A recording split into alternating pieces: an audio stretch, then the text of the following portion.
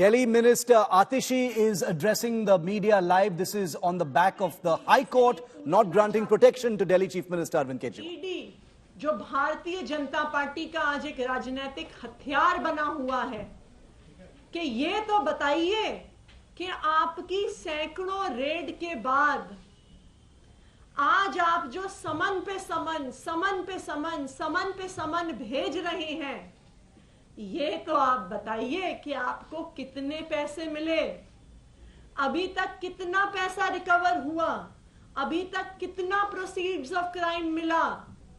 जो छापे मारे आपने आम आदमी पार्टी के नेताओं के घर पर, उनके ऑफिस में, उनके लॉकर में, उनके पैतृक गांव में, क्या 1 रुपए की भी पैसे की रिकवरी हुई है?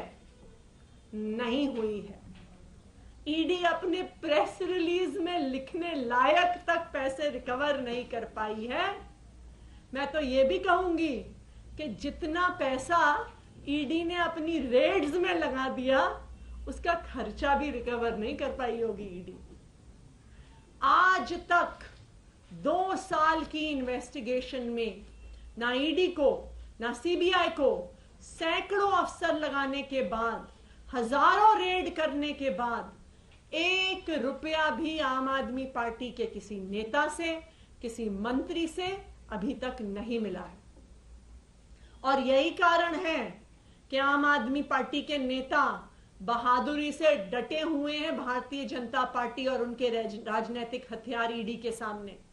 वरना जिन जिन पार्टियों के नेताओं ने भ्रष्टाचार किया है, जैसे ही उन पर ईडी की रेड होती है, जैसे ही उन पर ईडी का केस होता है, जैसे ही उनको ईडी का समन आता है, वो अगले दिन भारतीय जनता पार्टी का पटका पहन लेते हैं, भारतीय जनता पार्टी की टोपी पहन लेते हैं और भारतीय जनता पार्टी में शामिल हो जाते हैं। फिर ईडी जाके कोर्ट में हाथ जोड़ के कहती है, जी हम केस बंद कर रहे हैं, हमारे कागज खो गए, हमारी फाइलें खो गई, हमारे पास कोई सबूत नहीं। लेकिन आम आदमी पार्टी एक इकलौती पार्टी है जिसके नेताओं पर केस होने के बावजूद, रेड होने के बावजूद, समन्स आने के बावजूद और कई नेताओं के जेल जाने के बावजूद हम फिर भी भारतीय जनता पार्टी के खिलाफ इस लड़ाई में डटे हुए हैं। ये कहते हैं अपने प्रेस रिलीज में कि 100 करोड़ का भ्रष्टाचार किया। मैं तो भारतीय जनता पार्टी से पूछूंगी कि अगर हमने 100 करोड़ का भ्रष्टाचार किया होता तो आज अपने नेताओं को छुड़ाने के लिए आपको 50 करोड़ हमने इलेक्टोरल बॉन्ड्स में दे दिया होता।